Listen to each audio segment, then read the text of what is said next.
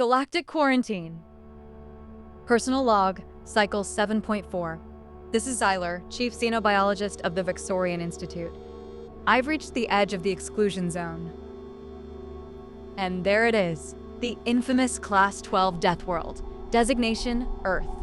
According to the Galactic Archives, it's a planet so completely saturated with lethal, self-replicating microbes that any off-worlder would face a catastrophic biological breakdown in hours. It's a churning engine of disease, a world where life wages war on life from the cellular level up. For thousands of years, the quarantine has held a galactic agreement born from equal parts terror and common sense. But I think they're wrong. I think fear has blinded them to the greatest scientific discovery in galactic history. All the archives have are models and scans, no direct observation. I'm going to be the first to study the dominant species in its natural habitat. I'm breaking the quarantine. Class 12 Death World. It's the most severe classification we have, a label we slap on planets that aren't just inhospitable, but actively hostile to our very chemistry. Usually, that means a barren wasteland of radiation or a frozen husk, but Earth is the terrifying exception. It's a riot of life, a teeming, uncontrolled biological explosion. The official story, the one they tell to frighten young spacefarers, is that the quarantine started after a disastrous first contact, an event now lost to time that unleashed a plague that wiped out the entire Cygnian species. The data itself is just as scary. Earth's atmosphere is a corrosive soup of nearly 21% free oxygen, a gas so volatile it shreds most off-world alloys and tissues.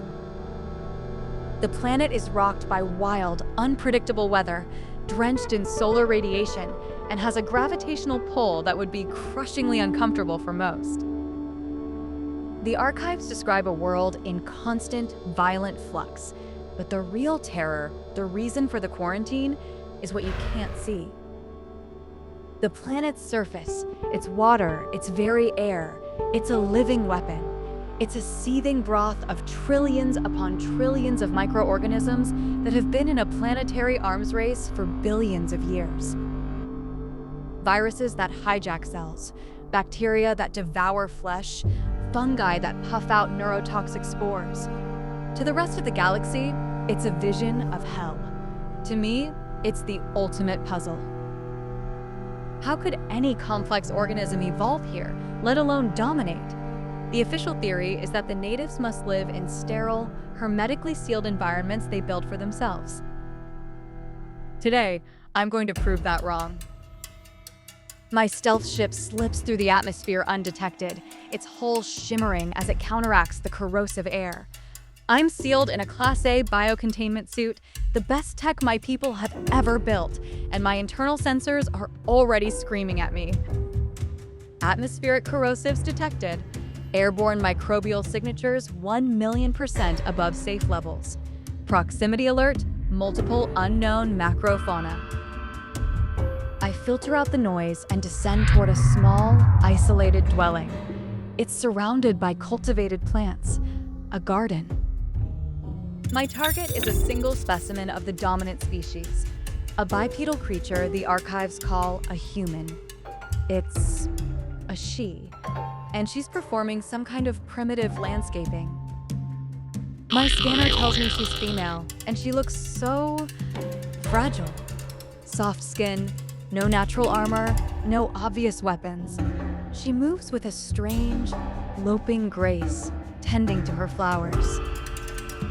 This fits my hypothesis. These creatures have to be incredibly careful, their every move dictated by the hostile world around them. Then, a mid-sized predator with golden fur and a lolling tongue bounds toward her. My suit's AI flashes a red alert. Warning. Approaching organism is a known carrier of at least 12 pathogens lethal to Vexorian physiology. The human, though, shows no fear. She actually gets down on its level, rubs the creature's head, and lets it lick her face, coating it in saliva. My mind just can't process the action. It It's an act of unimaginable recklessness, a willing, almost casual exposure to a cocktail of deadly germs. And she just laughs. I keep watching, and my academic confidence is starting to unravel. Everything the human does seems to be a direct middle finger to galactic survival principles.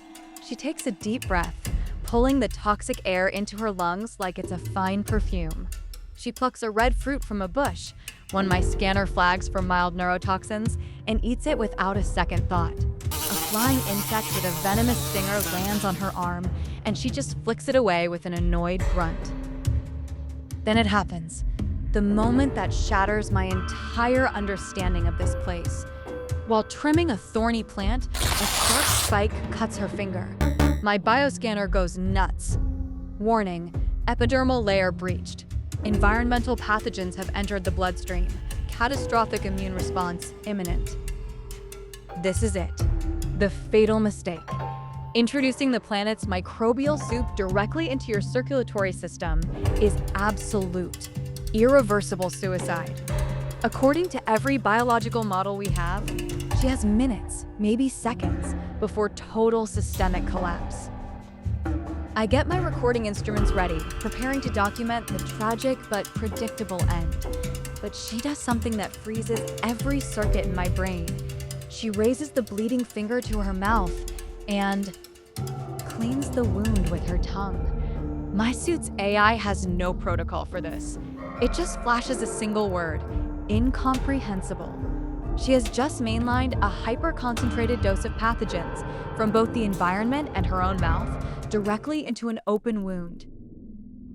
I wait. The seconds feel like minutes. The minutes stretch to half an hour. The human doesn't collapse. She doesn't develop lesions. Her circulatory system doesn't fail. Her nervous system doesn't shut down.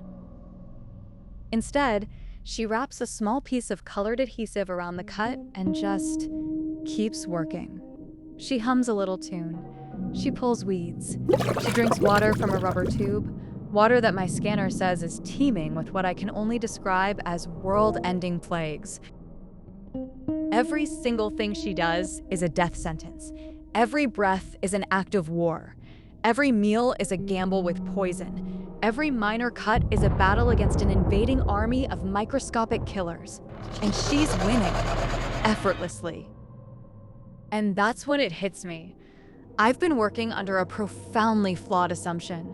I thought I was watching a fragile creature surviving in a death world. I was wrong. I'm watching the apex predator of a death world. The life on this planet isn't a threat to them. It's a training ground. The constant, unending biological warfare hasn't made them weak. It has forged them into living weapons.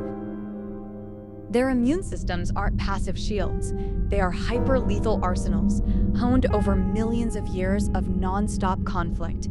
They don't hide from their environment. They've incorporated it into their very being. They are walking, talking ecosystems of pestilence that could wipe entire civilizations off the galactic map. My arrogance curdles into cold, liquid terror. The quarantine, it wasn't just to protect us from Earth's microbes. That was only half of it. The quarantine is to protect the galaxy from humans. We thought they were the prisoners, trapped on a hostile planet. We were fools. They're the wardens. They are the ultimate expression of their world's lethality. The common cold they complain about? For my species, that would be an extinction-level event. A single sneeze from one of them could be the most effective bioweapon ever created. The bacteria in their gut that helps them digest food? An invasive species that could collapse food chains on a dozen different worlds. We've been watching them through our telescopes, pitying their primitive lives, while they've been mastering survival in a crucible that would boil the rest of us alive. An old, classified report from the fallen Signian Empire flashes in my mind. A single, cryptic line from their last transmission, one we all dismissed as the ravings of a dying race. They are not trapped on their world with the monsters. The monsters are trapped on the world with them. I finally get it. The scale of our misunderstanding is staggering. This species looks at the stars and dreams of coming to visit, completely unaware that their very presence would be an act of galactic genocide. What other boring, everyday human things would be terrifying superpowers to the rest of us? Let me know what you think in the comments. And if you want to explore more truths hidden in the galactic archives, make sure to like and subscribe. Personal log, final entry. I'm wiping all data from this mission. I came here to study a primitive species, but I was wrong. My mission was a catastrophic failure. I didn't find a subject for study. I found a sleeping giant, and I am terrified that I may have just started to wake it up.